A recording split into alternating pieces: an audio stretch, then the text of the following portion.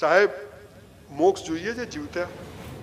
50,000 રૂપિયા તમારી પાસે હોય ને, ખાલી 50,000, લાખોની વાત જ નથી, 50,000 મોક્ષ અપાઈ દો.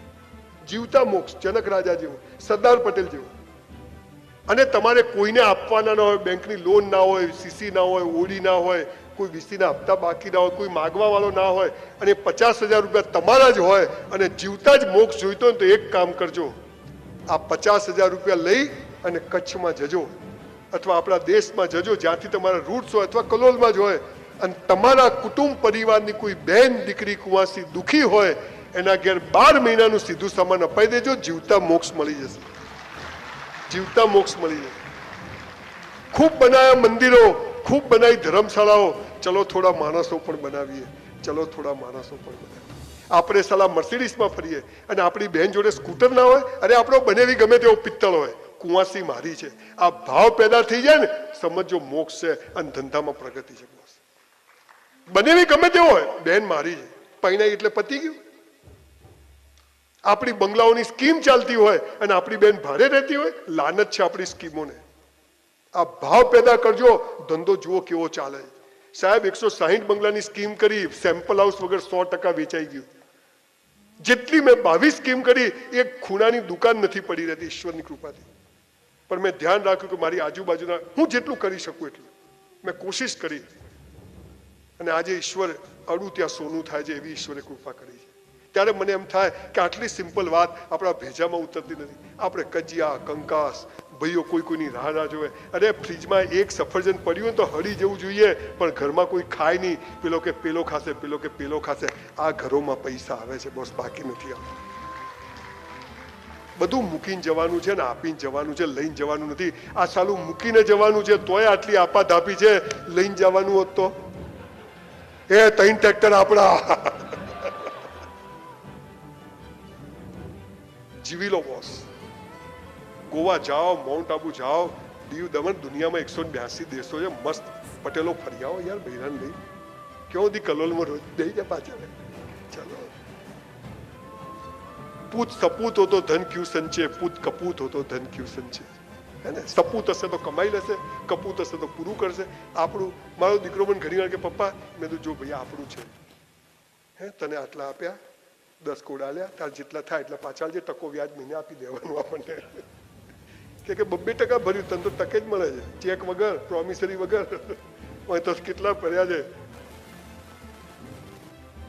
પણ મને એક ચીજ, આખી દુનિયા ફર્યો, સાધુ સંત ઓલિયા, 2 વર્ષ તો ચપ્પલ પહેર્યા વગર ફર્યો, પણ એક ચીજ શીખ્યો કે સંસ્કાર હશે ને તો બધું જખ મારીને આવશે, પણ સંસ્કાર નહીં હોય તો હશે બી જતું રહેશે. એ વાત બિલકુલ નક્કી છે બોસ. આ મેં 500 કેસમાં જોયું છે. કેરીની ગોટલી હોય ને એ જાતે ફૂટે ને તો જ આંબો ઉગે, બહારથી ફોડો તો ઉગે નહીં. તમારો ધંધો, તમારી જિંદગી તમારે જાતે નક્કી કરવી. ઈંડું હોય ને, ઈંડું એ જાતે ફૂટે તો બચ્ચું જન્મે, બહારથી ફોડો જન્મે, જાતે ફૂટે. તો તમારે જાતે ફૂટવું પડે, અને જાતે ફૂટવાના 5 જ નિયમો છે. અને પછી તમે જુઓ કે શું પ્રગતિ થાય. હું જે કરીશ તે બેસ્ટ કરીશ, ઈશ્વર પર જે કરશે નુકસાન થાય, આ થાય છે. આ તો વરસાદ ના આવે ને બોલો આવતો જ નહીં, છોડતો નહીં, અને પછી પડે ને દેહ ઠોક, હવે બહુ થઈ ગયો. તાર બાપા નોકર છે, તને પૂછીને આપશે. આપણે કંઈ ગમતું જ નહીં. હા કોરોના આવી ગયો, દર 100 વર્ષે આવે છે. 1720માં આવ્યો, 1820માં આવ્યો, 1920માં આવ્યો, 2020માં આવ્યો. મારી બાને કોરોના થયો ને સાહેબ, અચ્છા લોકો હોસ્પિટલમાં મૂક્યા હોય હતા. મારી બાને ઘરમાં જ રાખી. મેં કીધું બાઈ તારી જોડે જ રહીશ. મને કે ના ભાઈ તું જતો. મેં કીધું હું તારા હાથે આવીશ. અમે જીવી લીધું છે. આપણે ટોપ લોકો ખૂબ તાળીઓ પાડે છે, મજા છે. મને બી થયો, મારી વાઈફ મારી જોડે, એને બી થયો. મારી અમે 6 ને કોરોના જતો રહ્યો. સાલા કે આ થાકતા નથી. ડરશો નહીં કોરોના જેવી જીવાતોથી બોસ. મોત આવશે તો ચોથી કોરોનામાં મોત થવાનું તો કોરોનામાં થશે. ડરવું શું? આખી રાત સિવિલમાં પ્લાઝમા લેવા ઉભો રહ્યો છું. SGBPO એક દિવસ કોરોનામાં ઘરમાં નથી રહ્યો. સૌથી વધારે વિડીયો મેં કોરોનામાં બનાવીને કોરોનામાં રખડ્યો. હું સમજી ગયો છું, જેમ હાલ આપણે બધા બેઠા છીએ, આ સીન નક્કી હતો, ખાલી ભજવાયો હાલ.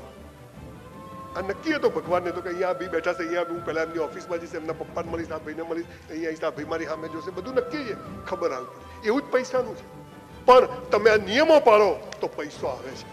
અને પૈસો આવે ત્યારે યાદ રાખવાનું કે મારે સારા કામમાં વાપરવો છે, કોઈને કીધા વગર.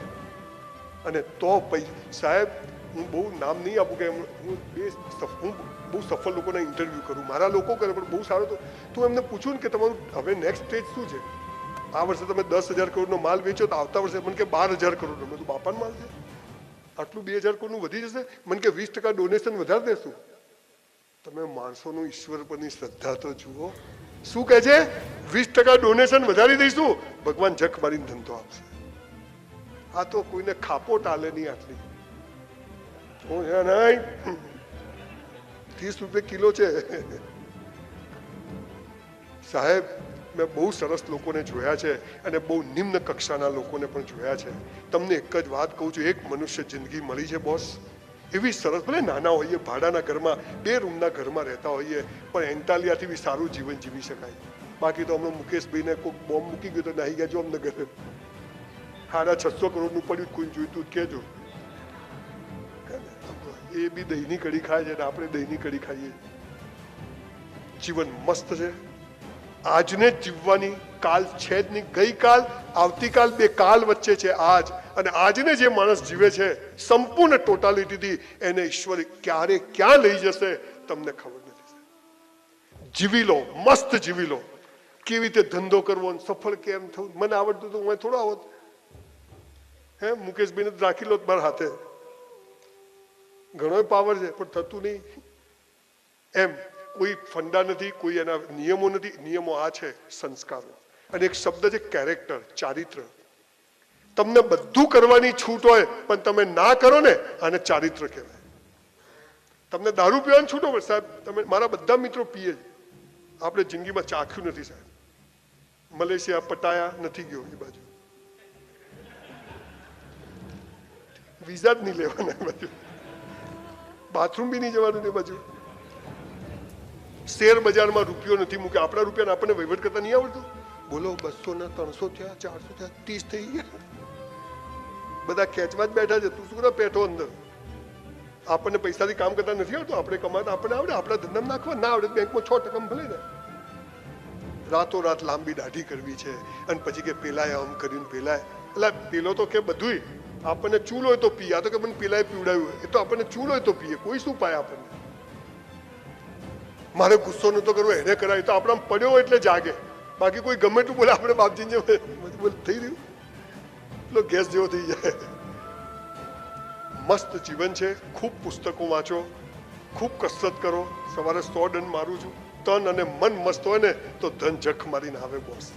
શરીર મસ્ત હોવું જોઈએ. ગોળી નથી ખાધી જીવનમાં, આજે 57 વર્ષની ઉંમર થયા.